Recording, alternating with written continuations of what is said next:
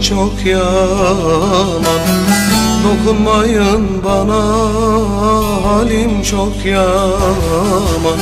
Ne hallere koydum kör olasıca.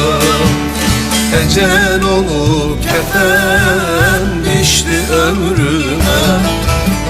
Ataşlara düşüp kor olasıca. Ataşlara düşüp kor olasıca. Kar yağdırdı benim siyah saçıma, çaresiz dertleriyle sardı başıma.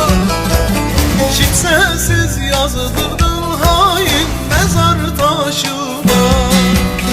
Kara topraklara yar olasıca.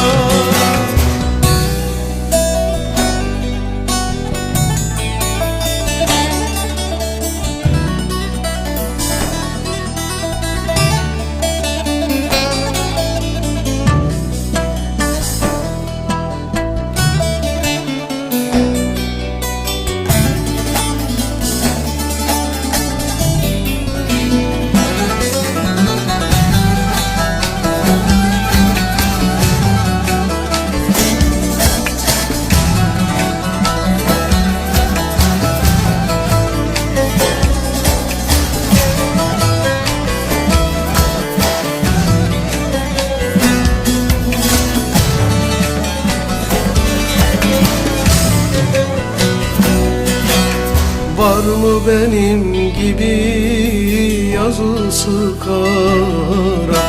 Var mı benim gibi yazısı kara? Can evimden vurdu yıkılasıca. Bozuk para gibi harcadı beni. Mahşer günü hesap sorulasıca. Mahşer günü hesap sorulasıca.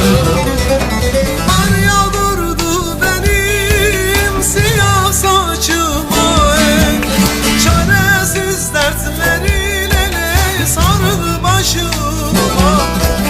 Kimsesiz yazdırdı